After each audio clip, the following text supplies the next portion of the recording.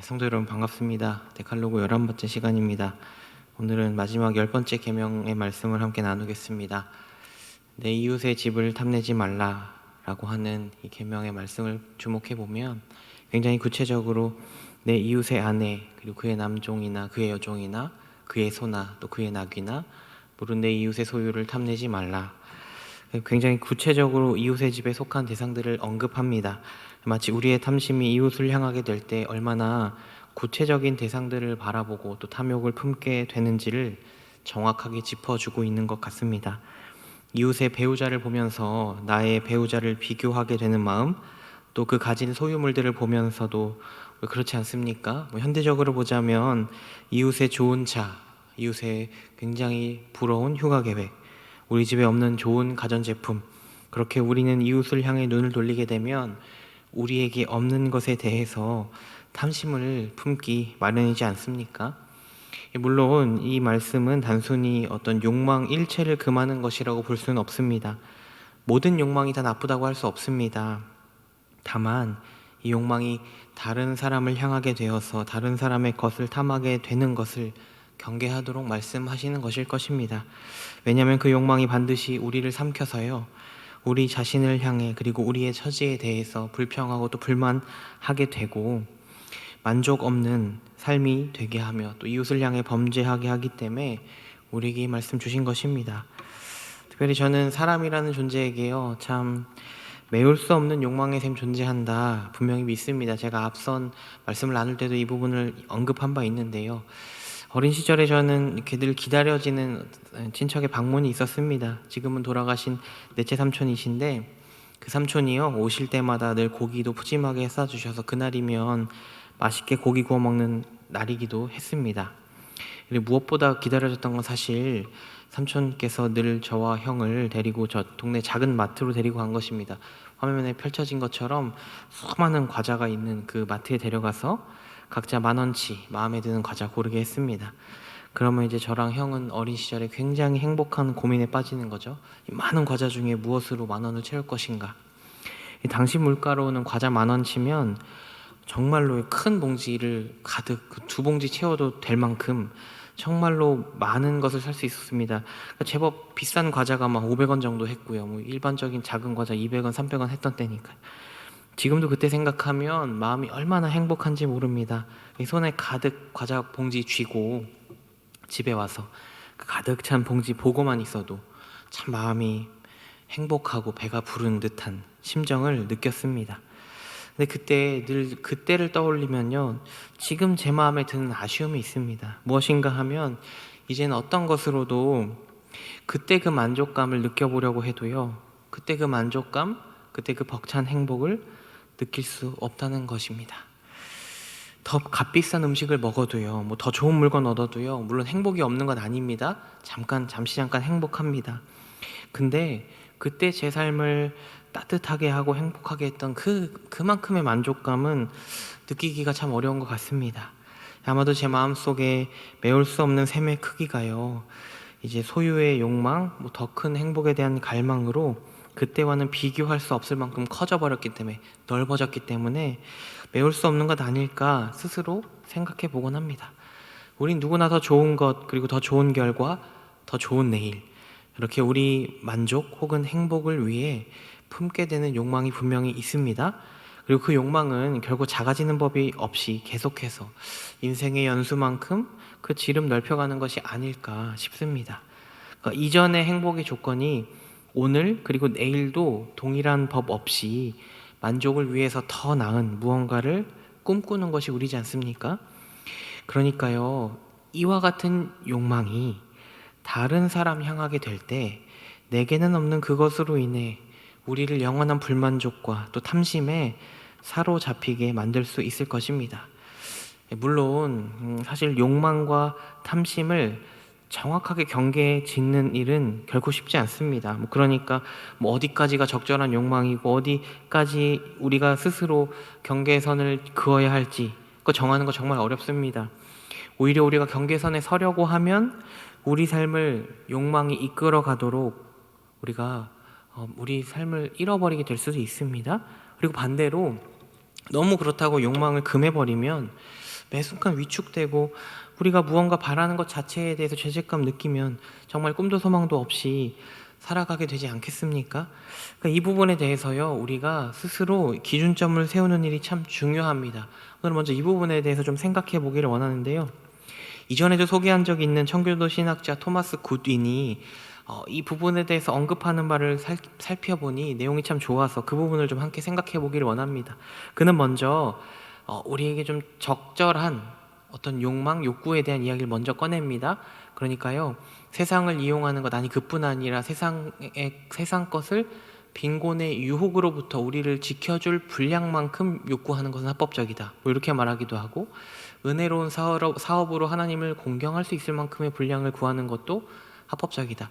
그러니까 그도 어느 정도 수준의 우리가 하나님을 생각하는 그 기준 안에서, 믿음 안에서 우리가 무언가를 생각하고 우리 삶을 지켜나가는 것에 대한 욕망은 합법적이라고 말하고 싶은 거겠죠. 근데 그러면서 이제 그가 적절한 아주 비유를 대는데, 대단히 위험한 것은 세상이 마음속으로 들어올 때라는 것입니다. 그러니까 배가 물 위를 떠다닐 때 그 물의 역할은 아주 유용하죠. 배가 떠다녀야 하니까. 근데 그 물이 배로 들어오면 위험해지는 것처럼 두려운 것은 무엇이냐면 세상이 마음속으로 들어올 때라는 것입니다. 우리가 세상 위를 건강한 마음의 배로 유유히 항해한다면 그것은 괜찮지만, 이 세상이 마음속으로 들어올 때, 그때야말로 탐내지 말지니라는 이 말씀에 깊이 우리가 들여다보면 경계해야 한다는 것입니다. 그래서 그는 이 탐욕에 빠진 상태를 진단하는 몇 가지 문장을 우리에게 제시하는데요, 생각해 볼 만한 것 같습니다.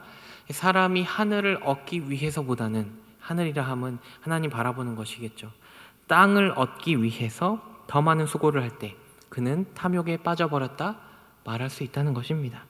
그가 세상을 위해서 백방으로 손쓰며 밤잠 설치며 많은 지루한 일이라고 표현을 하는데요, 도모한다는 것입니다. 근데 그리스도를 위해서나 하늘나라 위해선 조금도 수고하려 하지 않는 그것, 어떤 모습을 표현하려는 것인지 우리 삶에 그대로 적용해봐도 좋겠습니다. 그뿐 아니고요, 사람의 대화 내용이 전부 세상에 관한 것일 때, 우리가 삶을 살아가면서요, 자녀에게든 혹은 우리 교회 성도들 혹은 우리 관계 속에서요, 우리가 하는 말들이 어떠한 것인지 우리가 스스로 생각해 볼 필요가 있다는 것입니다. 또 마음을 너무 세상적인 것에 둔 나머지 하늘의 것들과 헤어지려고 할 때, 우리 충분히 그런 일들 벌어지게 되지 않습니까? 이뿐 아니고요, 세상적인 사업으로 과중한 부담을 질 때요. 그래서 간신히 식사할 겨를 있는데 기도할 시간 없는, 우리가 참 많이 하는 변명이지 않습니까?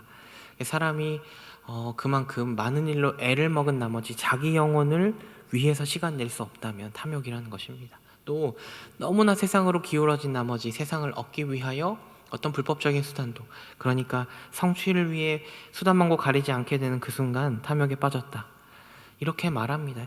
이것들을 조금 생각해 보더라도요, 우리 스스로에 대해서 충분히 고민해 볼 수 있을 것 같습니다.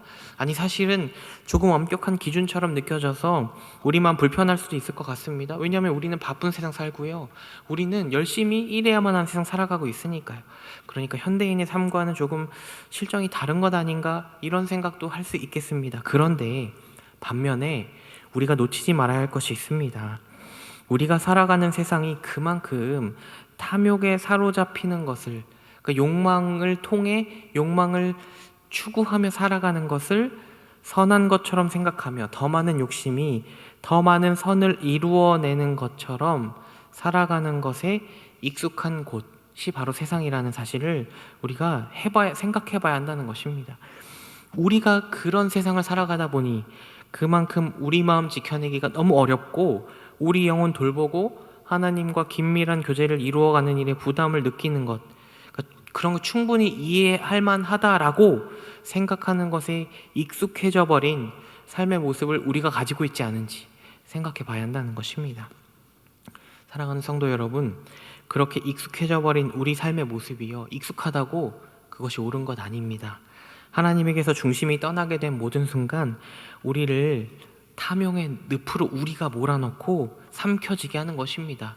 이웃에게서 내게 없는 세상 소유, 세상 즐거움 보이고 불평과 불만이 자라서 그것을 추구하는 것이 곧 행복과 만족의 기준이 되어버리는 우리 영혼을 병들게 하는 그 문제에 대해서 엄히 경계해야 할 것입니다. 그런데요, 사실 탐욕의 문제는 어떤 구체적인 대안이 있습니다. 이것보다도 이 탐욕의 문제는 가장 중요한 본질적 신앙과 늘 대치되는 문제로서요. 우리가 가장 본질로 돌아가서 우리 영혼을 살피고 우리 자신을 살피는 일에 가장 힘써야 한다. 이것이 결국은 우리가 알고 있지만 또 한번 우리 자신을 돌아봐야 할 중요한 본질의 문제가 아니겠습니까? 그래서 우리 주님께서도 옛부터 끊임없이 사람을 지배하고 유혹하고 삶의 의미를 빼앗아 오던 그 만몬신에 대해서 콕 집어서 하나님과 대비시키면서 우리에게 교훈하시는 것 아니겠습니까? 우리가 너무나 잘 아는 마태복음 말씀이요. 한 사람이 두 주인을 섬기지 못한다 말씀하시면서요. 하나님과 재물을 겸할 수 없다고. 겸해 섬길 수 없다. 분명하게 말씀하십니다. 탐심의 문제가요. 그렇게 우상 숭배와 깊이 연결되어 있다는 것 우리 주님 분명히 우리에게 강하게 말씀하셨습니다. 그래서 주님께서요. 우리에게 기도 가르쳐 주실 때도요. 분명히 가르쳐 주시는 말씀이 이것이죠. 오늘 우리에게 일용할 양식을 주시옵고. 그뿐 아니고요. 염려에 대한 말씀 가르치시면서 이렇게 말씀하십니다. 그러므로 염려하여 이르기를 무엇을 먹을까, 무엇을 마실까, 무엇을 입을까 하지 말라. 이는 다 이방인들이 구하는 것이라. 너희 하늘 아버지께서 이 모든 것이 너희에게 있어야 할 줄을 아시느니라. 우리에게 오해하시면 안 됩니다. 필요의 문제만 말하는 게 아니에요. 우리에게 있어야 할 필요뿐 아니라 소유까지 다 아버지께로부터 말미암았다는 그 믿음이요. 우리가 바로 이전 것 다룰 때도 그런 부분을 분명히 생각하지 않았습니까? 모든 소유가 하나님에게로부터 말미암았다는 사실을 신앙인은 항상 생각해야 한다는 것이요. 하나님을 향한 이 믿음이 우리에게 있는가를 우리가 곰곰이 생각해 봐야 할 것입니다. 이 믿음을 가지고 있는가 그것이 아니고 정말 중요하게는 그 믿음으로 살아가고 있는지에 대해서요. 우리 마음에 생겨나는 그 탐심의 문제에 대해서 우리가 이와 같은 믿음의 경계를 가져야 한다는 것. 이것을 우리가 자꾸만 익숙한 것처럼 생각하고 하고 있는 것처럼 쉽게 생각할 문제가 아니라 날마다 우리 삶을요 고민하고 돌아봐야 한다는 것입니다. 우리 삶의 목적이 내게 없는 것을 얻고 또 내게 없는 것 이루기 위한 성취하는 것에 지나치게 집중되어 있거나 혹은 그래서 우리 삶에 만족도 없고 염려와 불안 혹은 불평과 불만이 우리 마음 지배하고 있다면 우리는 단순히 이것을 그냥 과한 욕심 정도로 이렇게 이해할 것 아니고요. 하나님에 대한 건강한 신앙에서 또한 멀어지고 있으며 우리의 필요를 우리가 오히려 섬기고 있는 상태라는 것에 대해서 민감하게 깨어있을 필요가 있을 것입니다. 우리가 잘 아는 사도 바울의 고백을 우리가 너무나 잘 알고 있습니다. 그가 말하지 않습니까? 어떤 형편에든지 나는 자족하기를 배웠다고요. 사실 이 말씀 성도들은 혹은 다른 사람들이 이렇게 생각할 수 있습니다. 그러니까 자족한다는 말 그냥 형편을 그대로 받아들이고 사는 것이 그렇게 선한 일인가 그렇게 생각할 수 있는데요. 만족이라는 표현을 우리가 무조건적으로 아무것도 필요하지 않은 상태로 그렇게 이해해서는 안 될 것입니다. 만족한다는 것은요, 우리가 하나님을 향해서 건강한 믿음의 상태, 믿음의 모습, 믿음의 마음을 지키고 있다는 것, 그것을 의미하는 것으로 받아들이는 것이 참 건강할 것입니다. 그래서 실제로요, 헌신학자도 이 계명을 나눌 때요, 만족에 대한 어떤 누군가의 견해를 가져올 때 만족해도 필요를 느낄 수 있고요, 만족해도요 우리가 무언가를 바라고 소망할 수 있다고 말합니다.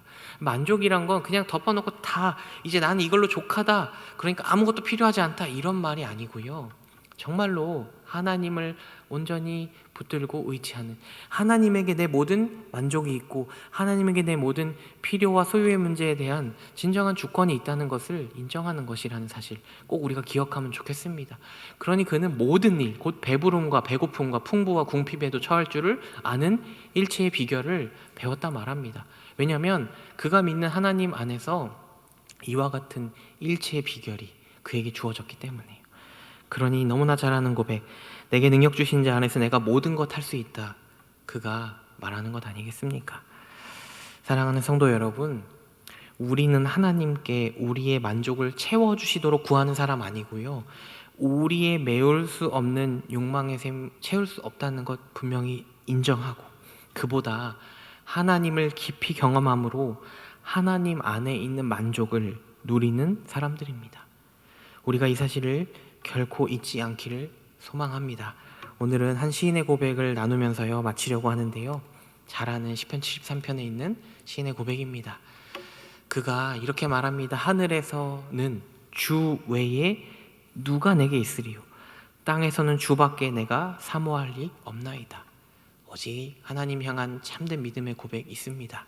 그래서 하나님은 내 마음의 반석이시며 영원한 분깃이라 그가 감히 찬양합니다.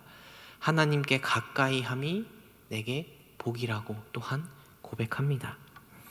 사랑하는 성도 여러분, 우리 마음의 반석이시며 영원한 분깃이신 하나님에게서 오는 모든 좋은 것으로 우리의 영혼을 정말로 만족해 하는 우리 모두가 되기를 간절히 바라겠습니다. 오늘은 여기까지 하겠습니다. 감사합니다.